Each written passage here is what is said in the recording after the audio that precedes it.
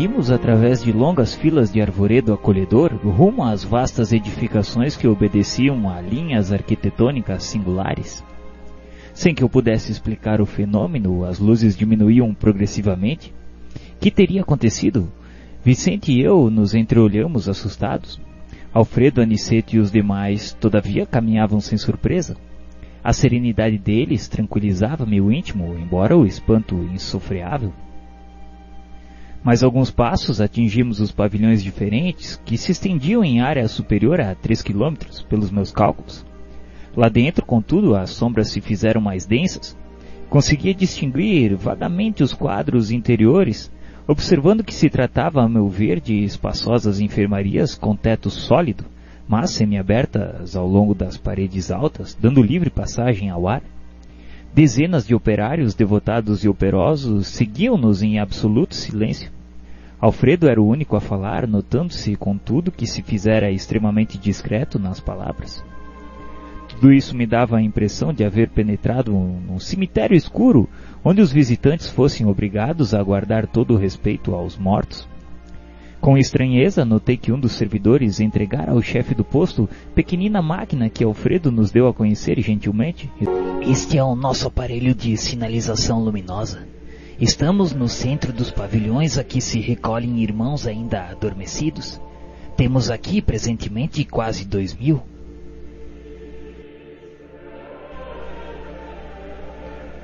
Os numerosos cooperadores dirigiam-se em ordem para a zona de serviços a que eles competiam, e depois de pequena pausa falou o administrador com firmeza, dizendo que iríamos iniciar o trabalho de assistência. Ao primeiro sinal luminoso de Alfredo, acenderam-se numerosas lâmpadas elétricas, e então, dominando a custo a primeira impressão de horror, vi extensas filas de leitos ao rés do chão, ocupados todos por pessoas mergulhadas em profundo sono. Muitos tinham o semblante horrendo, eram muito poucos os que traziam as pálpebras cerradas, parecendo tranquilos. Em quase todos, estampava-se-lhes nos olhos, aparentemente vitrificados, o extremo pavor e o doloroso desespero da morte. Cadavérica palidez cobria-lhes a face. Recordando a literatura antiga, pensei nos velhos túmulos egípcios. Tínhamos diante de nós centenas de múmias perfeitas. Raríssimos pareciam dormir um sono natural. Aproximando-se de nós outros, Alfredo falou a Aniceto em particular.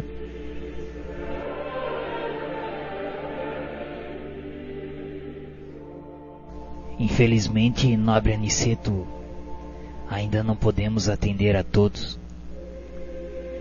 Estamos aguardando pessoal adestrado. Tenho aqui a colaboração de 80 auxiliares para este gênero de serviço. Entretanto, não pode cada qual atender a mais de 5 doentes de uma só vez. À vista disso, dos nossos 1980 abrigados, separei os 400 mais suscetíveis de próximo despertar, a fim de submetê-los ao tratamento intensivo. E os outros, Alfredo? Recebem alimento e medicação mais densos uma vez por dia. Profundamente tocado pelo que via, inclinei-me instintivamente para o abrigado mais próximo, tentando examinar-lhe o estado fisiológico. Identifiquei o calor orgânico, a pulsação regular e os movimentos respiratórios, embora verificasse a extrema rigidez dos membros, como que mergulhados em imobilidade cataléptica. Indescritível impressão apoderou-se de mim. Levantei-me assustado, dirigi-me a Aniceto com a máxima discrição e o interroguei. Nobre Aniceto, explica-me, por Deus, o que vemos aqui? Estamos acaso na moradia da morte depois da morte? Sim, André. Este sono é verdadeiramente a avançada imagem da morte. Aqui permanecem, com as bênçãos do abrigo, alguns milhões dos nossos irmãos que ainda dormem. São as criaturas que nunca se entregaram ao bem ativo e renovador em torno de si, e mormente os que acreditaram convictamente na morte como sendo o nada, o fim de tudo, o sono eterno. A crença na vida superior é a atividade incessante da alma. A ferrugem ataca a enxada ociosa, o entorpecimento invade o espírito vazio de ideal criador. Os que nos círculos carnais, homens e mulheres, creem na vida eterna, ainda que não sejam fundamentalmente cristãos, estão desenvolvendo faculdades de movimentação espiritual e podem penetrar as esferas extraterrenas em estado animador, pelo menos quanto à locomoção e juízo mais ou menos exato. No entanto, as criaturas que perseveram em negação deliberada e absoluta, não obstante por vezes filiadas a cultos externos de atividade religiosa, que nada veem além da carne nem desejam qualquer conhecimento espiritual, são verdadeiramente infelizes. Muitos penetram nossas regiões de serviço como embriões de vida na câmara da natureza sempre divina. Um amigo nosso costuma designá-los por fetos da espiritualidade. Entretanto, a meu ver, seriam felizes se estivessem nessa condição inicial. Temos a certeza, porém, de que muitos se negaram ao contato da fé absolutamente por indiferença criminosa aos desígnios do Eterno Pai. Dorme porque estão magnetizados pelas próprias concepções negativistas, permanecem paralíticos porque preferiram a rigidez ao entendimento, mas dia virá em que deverão levantar-se e pagar os débitos contraídos. Eis porque os considero sofredores. Primeiramente demoram no sono em que acreditaram, mais tarde acordam, porém a maioria não pode fugir à enfermidade e à perturbação, como acontece aos irmãos dementados que vimos ainda há pouco. Grande era o meu assombro. Como o Vicente se aproximasse também para ouvi-lo, falou Aniceto, esclarecendo a nós ambos. A fé sincera é ginástica do espírito, que não exercitar de modo na terra, preferindo deliberadamente a negação injustificável, encontrar-se-á mais tarde sem movimento. Semelhantes criaturas necessitam de sono de profundo repouso até que despertem para o exame das responsabilidades que a vida traduz. Observando que o nosso orientador se esquivava a comentários longos, para que pudéssemos seguir de mais perto os trabalhos de assistência, calei nas muitas indagações que me escaldavam a mente. Com exceção de algumas senhoras que permaneciam junto de Ismalha, todos os servidores se mantinham em posição de vigilância ao pé dos grupos mumificados. A luz artificial iluminava os leitos que se perdiam de vista, mas observei que nenhum dos albergados reagia à intensa claridade que se fizera. Continuavam rígidos, cadavéricos, prostrados. Notei então que Alfredo começou a mover o aparelho de sinalização para emitir as ordens de serviço. Cada sinal determinava a operação diferente. Vi os servidores do posto distribuírem pequenas porções de alimento líquido e medicação bucal em profundo silêncio. Em seguida, forneceram reduzidas quantidades de água efluviada aos infelizes, com exceção, porém, de muitos que pareciam preparados a receber tão somente caldo e remédio. 2/3 dos 400 abrigados em tratamento receberam passes magnéticos. Alguns poucos receberam aplicações do sopro curador. Todos os movimentos do trabalho eram transmitidos pela sinalização luminosa partida das mãos do administrador, que parecia interessado na manutenção do máximo silêncio. Impressionado com o que via, perguntei ao orientador em voz baixa a razão de alguns enfermos não terem sido beneficiados com a água e com o socorro de forças novas, através do passe e do sopro vivificante. Aniceto, todo bondade, inclinou-se aos meus ouvidos com a ternura de um pai ansioso por tranquilizar o filhinho inquieto, e falou que cada um na vida tem a necessidade que lhe é peculiar, e ali compreendemos com amplitude esse imperativo da natureza.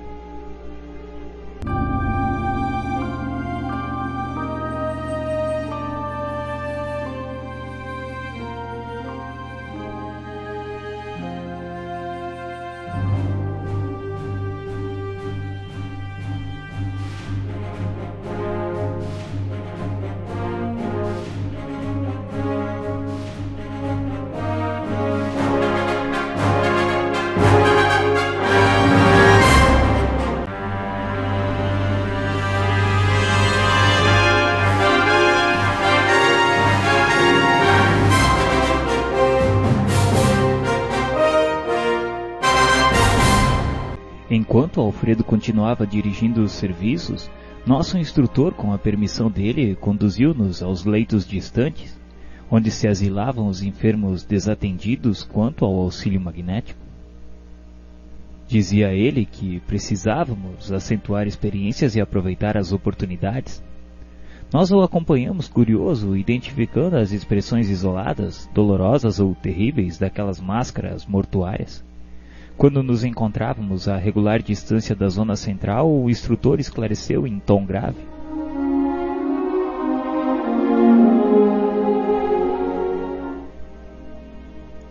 desejaria conhecer a extensão dos benefícios colhidos por vocês no gabinete de auxílio magnético às percepções. Para ajudar eficientemente aos nossos amigos encarnados, é necessário saibamos ver com clareza e precisão. Todos os que dormem neste pavilhão permanecem dentro do mau sono, mas teremos porventura nas zonas espirituais os que estejam em bom sono? Sem dúvida. Temos na esfera de nossas atividades os que repousam períodos curtos, quais trabalhadores retos que esperam o repouso noturno com a tranquilidade dos que sabem trabalhar e descansar de consciência aliviada. Sim. Mas esses não precisam estacionar como filhos da sombra nas construções de emergência de um posto de socorro. Quem dorme em desequilíbrio entrega-se a pesadelos.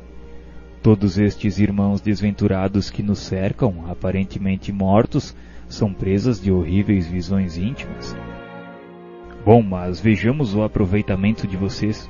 Procedamos a observações rápidas. Antigamente, vocês, como médicos na carne, o inquérito anatômico fazia parte das suas observações, o exame das vísceras, as perquirições científicas nas células, também aparentemente mortas. Agora, a auscultação profunda da alma, a sondagem dos sentimentos, a visão do plano mental. Mãos à obra, meus irmãos. Você, André, examine detidamente essa irmã. Abstenha-se de todas as considerações do plano exterior. Observe-a com todas as possibilidades e percepções ao seu alcance. Eu, sinceramente interessado em atender, não reparei nas ordens que o nosso instrutor transmitia a Vicente. Procurei esquecer os quadros externos, focalizando aquela máscara feminina com todos os meus recursos mentais.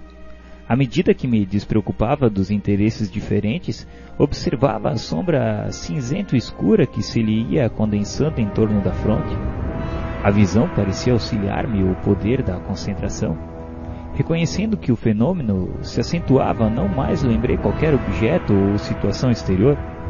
Estupefado, comecei a divisar formas movimentadas no âmbito da pequena tela sombria. Surgiu uma casa modesta, de cidade humilde. Tive a impressão de transpor-lhe a porta. Lá dentro, um quadro horrível e angustioso. Uma senhora de idade madura, demonstrando crueldade impassível no rosto, lutava com um homem embriagado. Ele gritava pelo seu nome, dizia: Ana, Ana, pelo amor de Deus, não me mates. Ele suplicava, incapaz de defender-se. Nunca, nunca te perdoarei, dizia ela, acrescentando em tom lúgubre. Morrerás essa noite, ela dizia. Eu vi o infeliz cair exausto, dizendo que ela havia envenenado com uma bebida mortal. Perdoa-me se te causei algum mal, sou pai, Ana, preciso viver para os meus filhos. Não me mates por piedade. Ela ouvia com frieza e respondeu duramente que morrerás mesmo assim. Tenho a infelicidade de amar-te, a ti que pertences a outra mulher. Não quiseste seguir-me e preciso vingar-me. Rebocando-se no assoalho, tornava-me infeliz. Deus sabe que estou arrependido do meu criminoso passado. Quero viver para o bem, Ana. Perdoa-me por amor ao eterno Pai. Quem sabe poderia auxiliar-te como irmão. Ajuda-me para que te possa ajudar. Não me mates, por favor, não me mates. A mulher, porém, como se tivesse a maldade agravada, ao ouvir a expressão de virtude, tomou de um pesado martelo e exclamou: Deus não existe, morrerás, infame! E de súbito crivou-lhe o crânio de marteladas surdas. O homem expirou sem um grito. Logo após, vi a criminosa conduzindo o cadáver em carrinho de mão através de um trilho ermo. Acompanhava-lhes os movimentos com interesse. A noite estava muito escura, mas observei a parada junto à via férrea.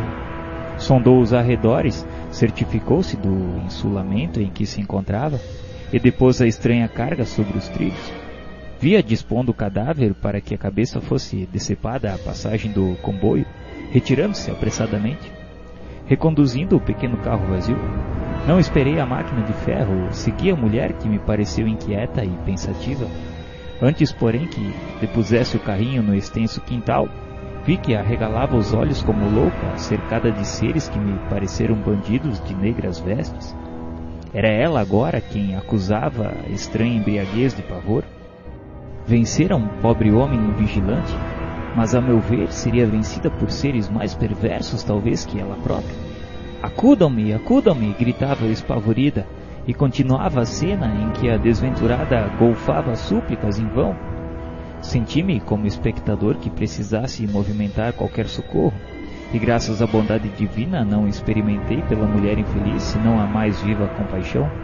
Ao primeiro impulso de revolta pelo crime consumado, recordei as lições já recebidas em nosso lar e pensei na possibilidade de ser a criminosa alguma pessoa querida ao meu coração.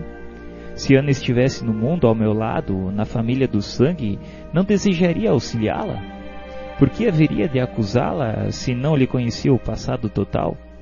Ter-lhe-iam dado a educação na infância, a bênção do lar, a segurança de um afeto sem manchas? Quem sabe viera de longe como pedra incompreendida rolando nos abismos do sofrimento? Que laços a uniram a vítima, igualmente digna de piedade fraternal? Como teria começado o drama doloroso? Não sabia. Enxergava somente a pobre mulher rodeada de sombras agressivas, implorando socorro. Ignorava como ajudá-la, mas recordei que Ana era minha irmã, filha do mesmo pai, irmã que adoecera no caminho comum, sem que eu pudesse, pelo menos por agora, indagar a causa. Procurava comigo mesmo algum meio de auxiliá-la, quando alguém me chamou de súbito. Era Aniceto que exclamava bondoso: Vem, André.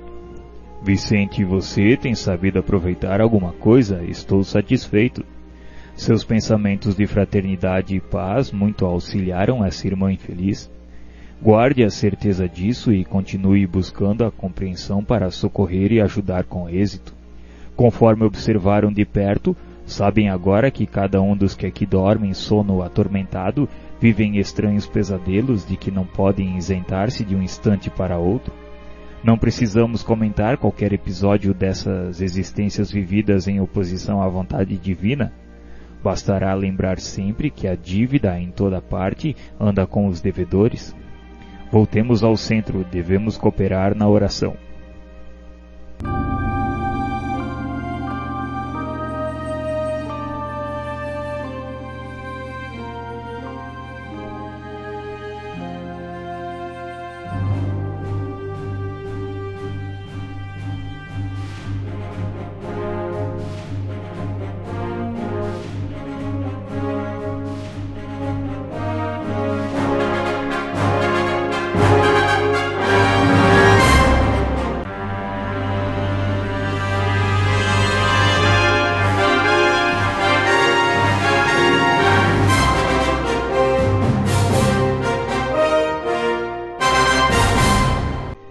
Dentro de poucos instantes, reunimos-nos de novo ao grupo. O administrador fez um sinal luminoso em forma triangular e pude observar que todos os cooperadores se puseram de pé em atitude respeitosa. É o momento da oração no posto de socorro, disse Alfredo Gentil, como a prestar-nos esclarecimentos precisos. O sol desaparecera no firmamento, mas toda a cúpula celeste refletia-lhe o disco de ouro. Os tons crepusculares encheram as vizinhanças de maravilhosos efeitos de luz, muito visíveis agora ao nosso olhar, porque Alfredo, sem que eu pudesse conhecer o motivo, mandara apagar todas as luzes artificiais antes da oração. No centro dos pavilhões a sombra se fizera desse modo muito intensa, mas o novo aspecto do firmamento, banhado em tonalidades sublimes, dava-nos a impressão da permanência em prodigioso palácio em virtude do imenso teto azul iluminado à distância. Fundamente impressionado, procurei convizinhar-me mais do pequeno grupo de companheiros. Do quadro de colaboradores do castelo, apenas algumas senhoras permaneciam junto de nós, como se estivessem fazendo honrosa companhia à nobre Ismalha. Os demais, homens e mulheres, mantinham-se nos lugares de serviço que lhes competiam, não longe das criaturas mumificadas. Notei que, embora em estado, Aniceto esquivou-se à chefia espiritual da oração, alegando que por direito essa posição cabia à devotada esposa de Alfredo.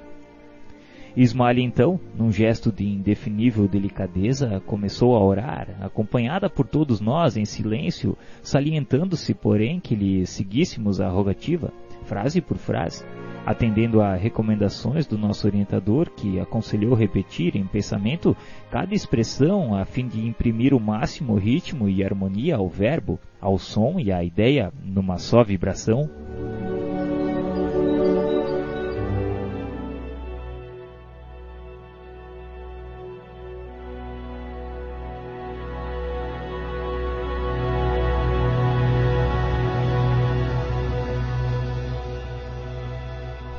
Senhor, dignai-vos assistir os nossos humildes tutelados, enviando-nos a luz de vossas bênçãos santificantes.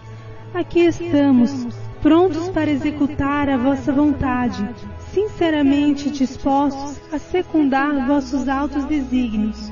Conosco, Pai, reúnem-se os irmãos que ainda dormem, anestesiados pela negação espiritual a que se entregaram no mundo. Despertai-os, Senhor, se é de vossos desígnios sábios e misericordiosos. Despertai-os do sono doloroso e infeliz. Acordai-os para a responsabilidade, para a noção dos deveres justos. Magnânimo Rei, apiedai-vos de vossos súditos sofredores. Criador compassivo, levantai as vossas criaturas caídas. Pai justo, desculpai vossos filhos desventurados. Permiti caia o orvalho de vosso amor infinito sobre o nosso modesto poço de socorro. Seja feita a vossa vontade acima da nossa. Mas se é possível, Senhor, deixai que os nossos doentes recebam um raio vivificante do sol da vossa bondade.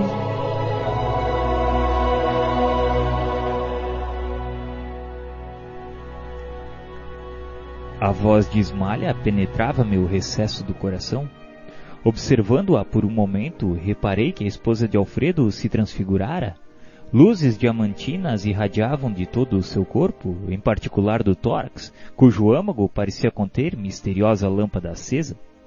Em vista da ligeira pausa que imprimira a oração, observei a nós outros, verificando que o mesmo fenômeno se dava conosco, embora menos intensamente.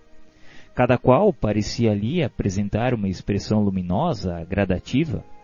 As senhoras que acompanhavam Ismalha estavam quase semelhantes a ela, como se trajassem em soberbos costumes radiosos, em que predominava a cor azul. Depois delas, em brilho, vinha a luz de Aniceto, de um lilás surpreendente. Em seguida tínhamos Alfredo, cuja luz era de um verde suave e sugestivo, sem grande esplendor.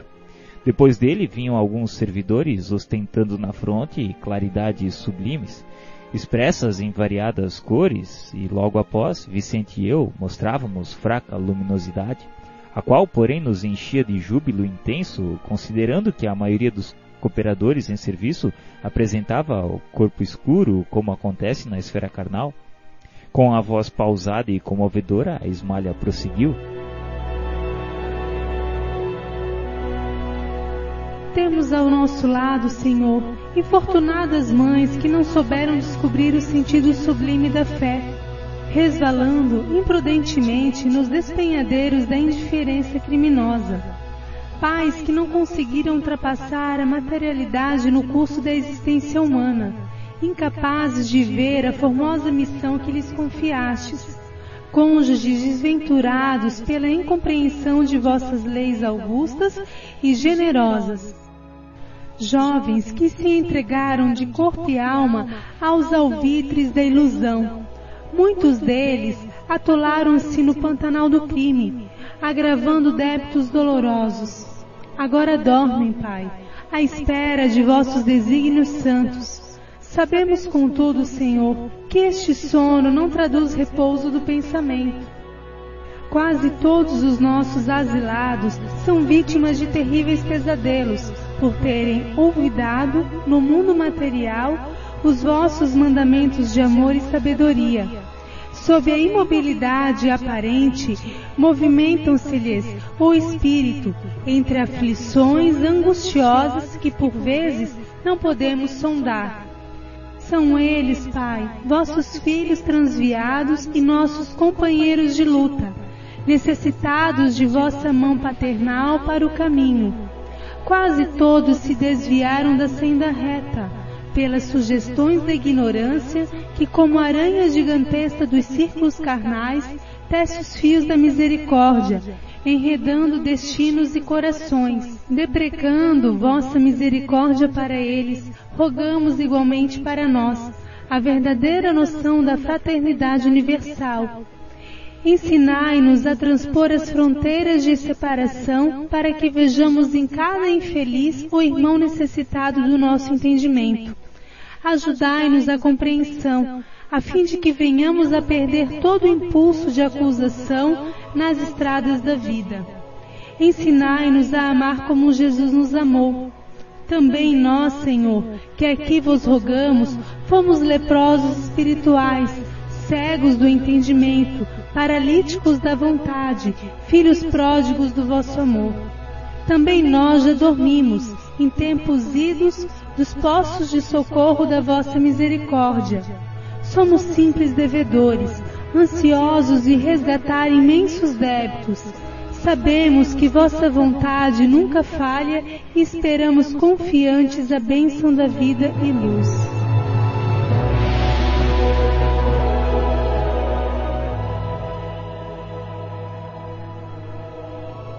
Fizera a Ismalha nova pausa, agora mais longa. Enxuguei os olhos umedecidos de pranto, suave calor todavia apossava-se da minha alma. E tão intensa era essa nova sensação de conforto que interrompia a concentração em mim mesmo, a fim de olhar em torno. Fixando instintivamente o alto, enxerguei maravilhado grande quantidade de flocos esbranquiçados de tamanhos variadíssimos a caírem copiosamente sobre nós que orávamos, exceto sobre os que dormiam. Tive a impressão de que eram derramados do céu sobre a nossa fronte, caindo com a mesma abundância sobre todos, desde Ismalha ao último dos servidores. Não cabia em mim de admiração quando o novo fenômeno me surpreendeu. Os flocos leves desapareciam ao tocar-nos, começando, porém, a sair de nossa fronte e do peito grandes bolhas luminosas, como a coloração da claridade de que estávamos revestindo, elevando-se no ar e atingindo as múmias numerosas. Ainda aí reparava o problema da gradação espiritual. As luzes emitidas por Ismalha eram mais brilhantes, intensas e rápidas, alcançando muitos enfermos de uma só vez. Em seguida vinham as fornecidas pelas senhoras do seu círculo pessoal. Depois tínhamos as de Aniceto, de Alfredo e dos demais. Os servos de corpo escuro emitiam vibrações fracas, mas visivelmente luminosas. Cada qual, naquele instante de contato com o plano superior, revelava o valor próprio da cooperação que podia prestar. E observando meu assombro, Aniceto me falou aos ouvidos: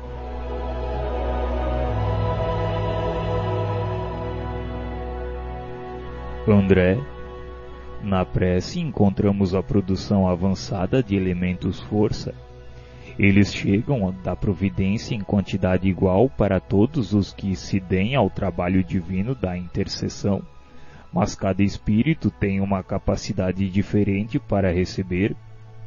Essa capacidade é a conquista individual para o mais alto, e como Deus socorre o homem pelo homem e atende a alma pela alma, cada um de nós somente poderá auxiliar os semelhantes e colaborar com o Senhor com as qualidades de elevação já conquistadas na vida.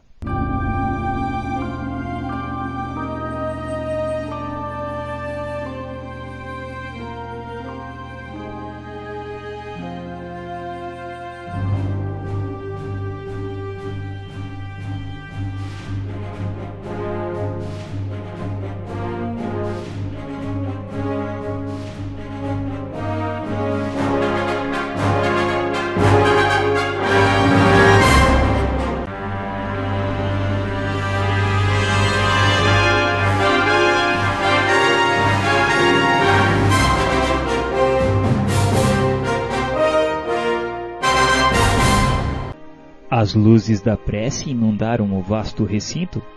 Palpitava em tudo agora uma claridade serena, doce e radiante, muito diversa da luminosidade artificial. Os flocos radiosos que partiam de nós multiplicavam-se no ar como se obedecessem a misterioso processo de segmentação e caíam sempre sobre os corpos inanimados e enrijecidos, dando a impressão de lhes penetrarem as células mais íntimas. Eu estava boquiaberto. Não me fora permitido contemplar fenômenos dessa natureza em nosso lar. Aliás, concluí ainda não receber auxílio magnético às percepções, senão poucas horas antes da viagem. A claridade crescia e estendia-se em espetáculo prodigioso. Agora, porém, abandonáramos a atitude de recolhimento destinada à concentração de nossas próprias forças e emissão de energias vibratórias. Nossos corpos, todavia, continuavam envolvidos em vasto círculo irradiante. Prosseguindo, porém, o grande silêncio, notei que a luz da oração se fazia mais clara, mais penetrante. Comecei a ver, como no caso de Ana, que todos aqueles esqueletos misérrimos apresentavam núcleos de sombra, além das máscaras mortuárias, núcleos que se mostravam dentro de formas variadíssimas. As bolhas luminosas caíam incessantemente, mas agora, como se fossem dirigidas por uma vontade inteligente, concentravam-se quase todas sobre as frontes imóveis. Então pude observar o inaudito e inconcebível para mim. As múmias, porque não posso dar outro nome aos irmãos que dormem, começaram a dar sinais de vida. Alguns daqueles infelizes deixavam escapar gemidos angustiosos. Outros falavam em voz alta, dando conta dos pesadelos que os atormentavam como sonâmbulos prestes a despertar. Muitos moviam os pés e as mãos como a se esforçarem por fugir ao sono doloroso. Eminentemente surpreendido, reparei que 2 se levantaram distante de nós. Recordei que ambos faziam parte daqueles que haviam recebido toda espécie de assistência, inclusive o sopro curativo. Olharam-nos de longe, como loucos que acordassem de súbito, e dispararam a correr, espavoridos, não obstante a impressão de cadáveres ambulantes que nos causava. Admirado, verifiquei que ninguém esboçou a menor disposição de segui-los, e quando me propunha instintivamente a fazê-lo, Alfredo deteve-me, exclamando: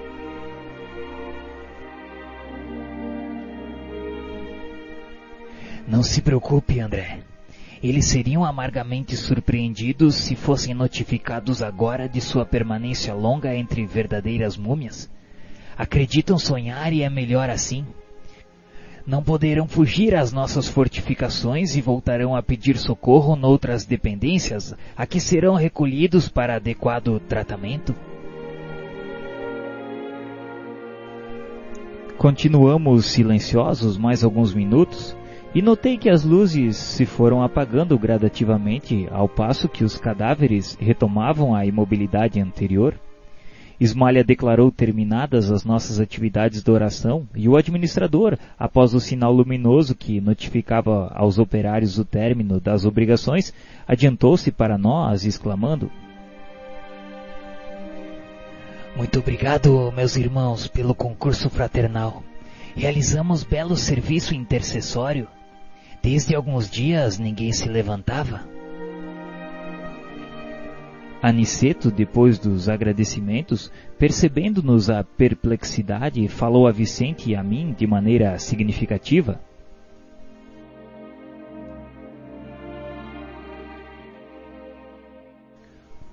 Conforme vocês puderam observar, o trabalho da prece é mais importante do que se pode imaginar no círculo dos encarnados.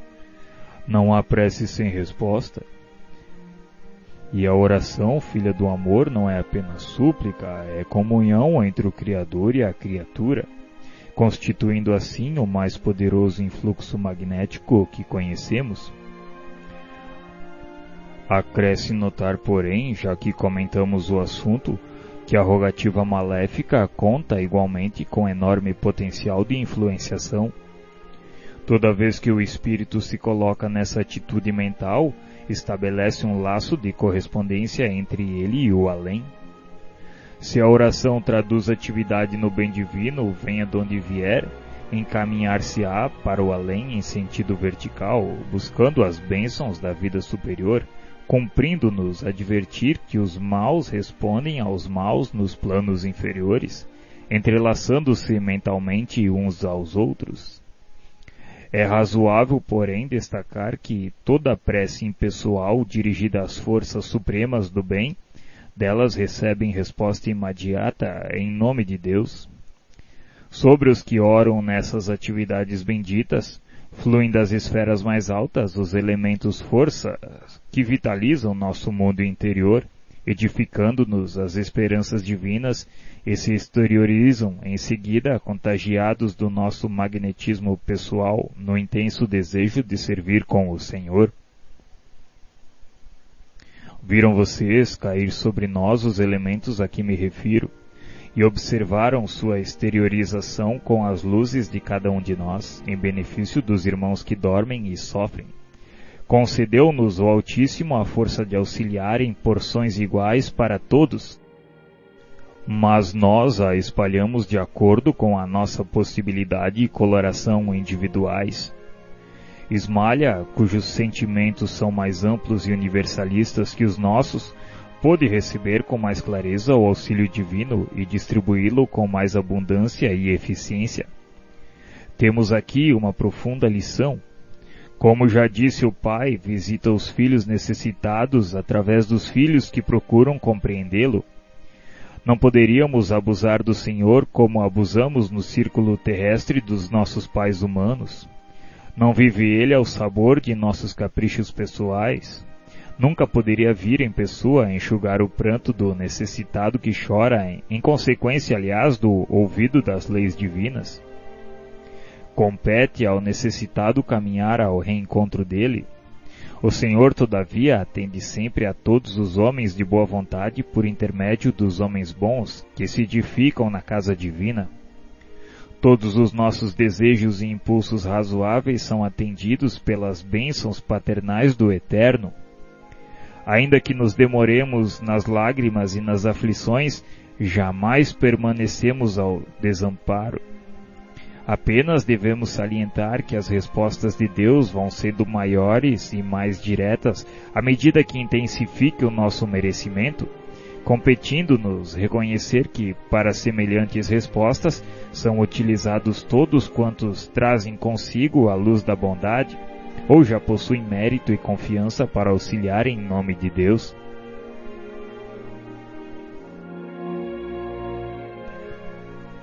As explicações de Aniceto abriram-me novos campos de meditação.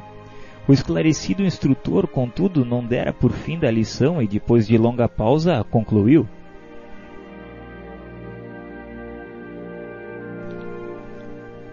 Já que vocês se encontram comigo num curso de serviço auxiliador, espero aproveitem ao máximo o ensinamento desta hora. Reparem que nesses pavilhões temos 1.980 abrigados que dormem. Todos recebem diariamente alimento e medicação comuns, mas só 400 são atendidos com alimento e medicação especializados, por se mostrarem mais suscetíveis de justa melhora. Desses 400, apenas 2/3 se revelaram aptos à recepção de passes magnéticos. Muitos não podem receber por enquanto a água efluviada.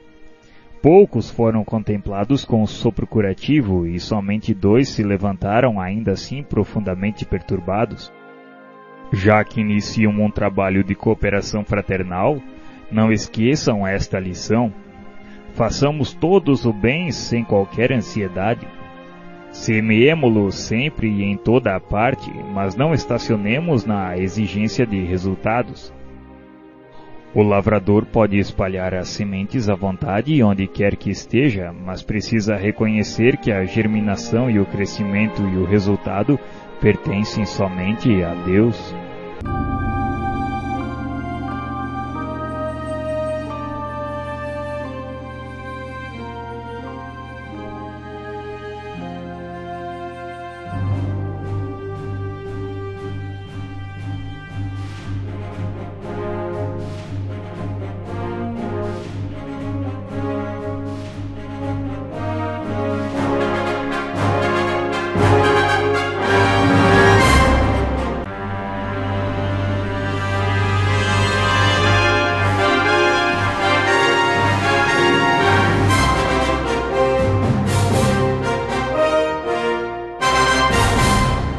Notei que o trabalho no posto se desenvolvia em ambiente da mais bela camaradagem, não obstante o respeito natural às noções de hierarquia.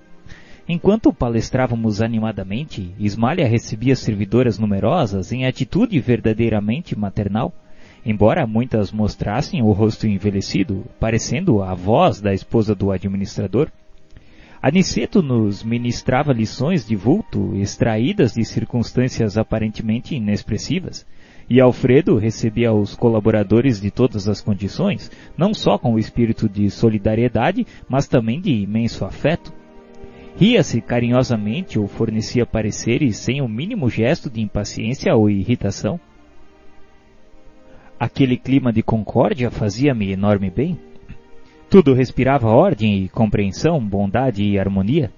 A atitude paterna do administrador do posto de socorro, expressa em energia e amizade, organização e entendimento, atraía-me com força.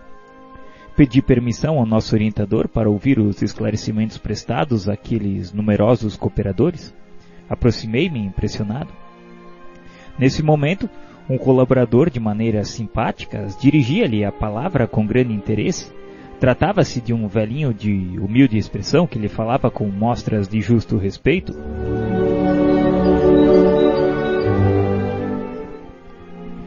E o senhor recebeu as notícias? Sim, Alonso. Nossos mensageiros cientificaram-me dos detalhes mínimos. Sua viúva continua muitíssimo acabrunhada. Os filhinhos gozam saúde, mas permanecem na mesma ansiedade por motivo da sua ausência.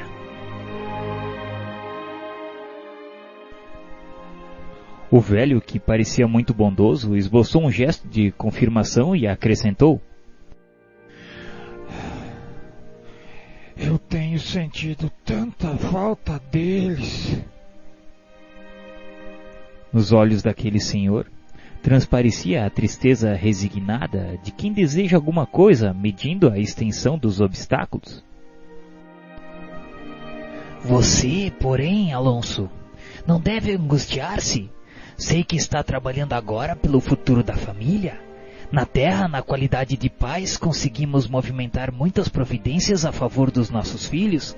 Entretanto, aqui, podemos realizar certas medidas em benefício deles com maior segurança. Nem sempre agimos no mundo com a necessária visão, meu amigo, mas aqui é possível sentir de mais perto os interesses imperecíveis daqueles que amamos. O sentimento elevado é sempre um caminho reto para a nossa alma. Todavia, não podemos dizer o mesmo a respeito do sentimentalismo cultivado no círculo da crosta. É preciso que você tenha muito cuidado em não desorganizar a mente. A saudade que fere, impedindo-nos atender à vontade divina, não é louvável e nem útil. É a enfermidade do coração precipitando-nos em abismos insondáveis do pensamento. Reconheço, Sr. Alfredo, a oportunidade de suas observações. Graças a Jesus venho melhorando minha vida mental nos deveres novos que me concedeu. E de fato, sinto-me renovado espiritualmente. Sei que sua palavra não me advertiria sem razão, mas ousaria pedir licença para visitar a esposa e os filhos. À noite, quando me concentro nas preces habituais, sinto em torno de mim os seus pensamentos. Esses pensamentos me penetram fundo, atraindo-me toda a atenção para a terra. Às vezes consigo repousar um pouco, mas com muita dificuldade.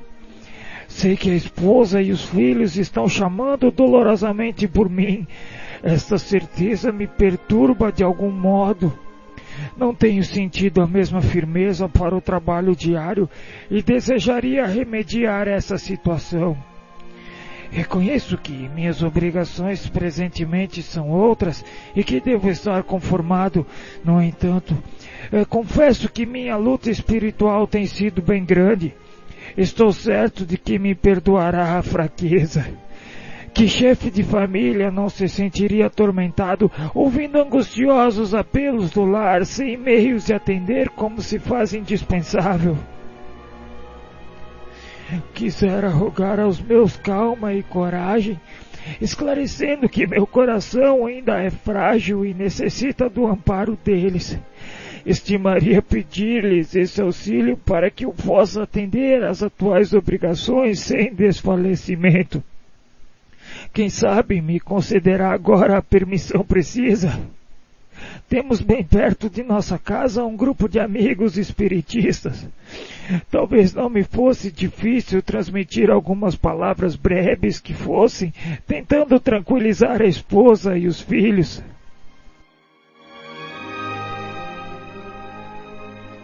Alfredo, imperturbável, não respondeu negativamente.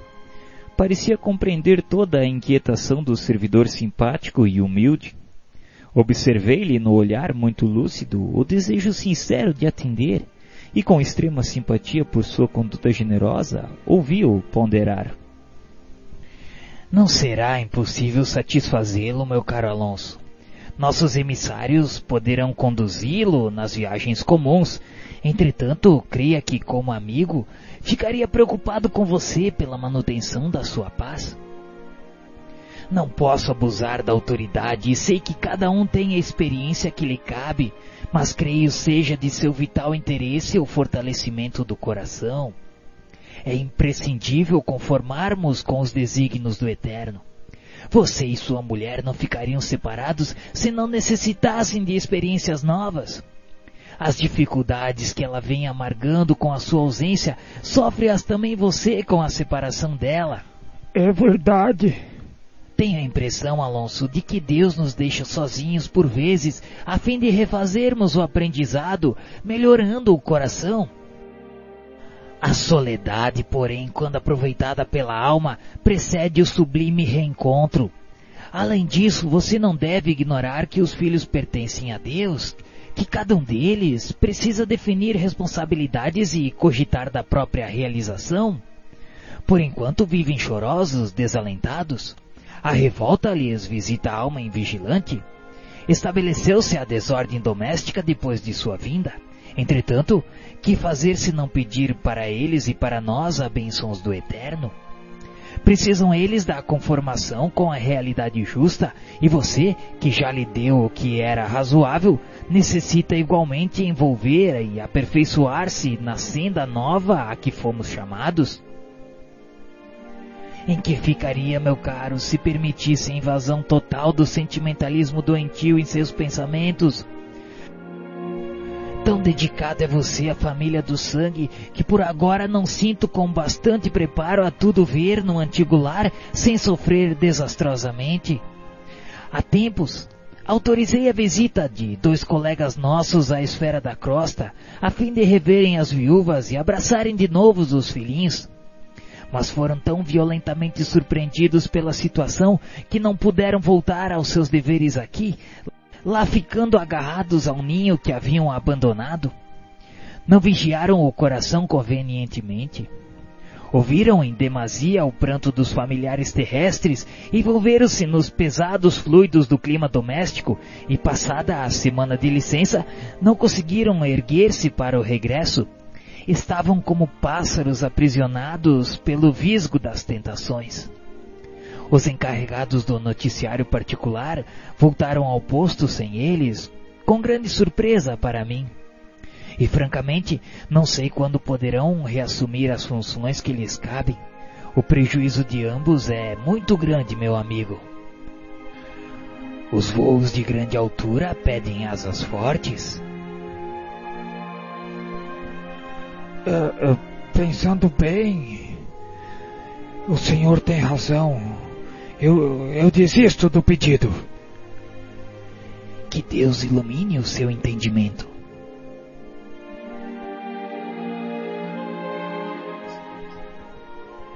Admiradíssimo, reparei que outros colaboradores se aproximavam rogando esclarecimentos, pareceres, edificando-me no exemplo do administrador amigo que respondia em voz firme e afetuosa, demonstrando interesse de irmão.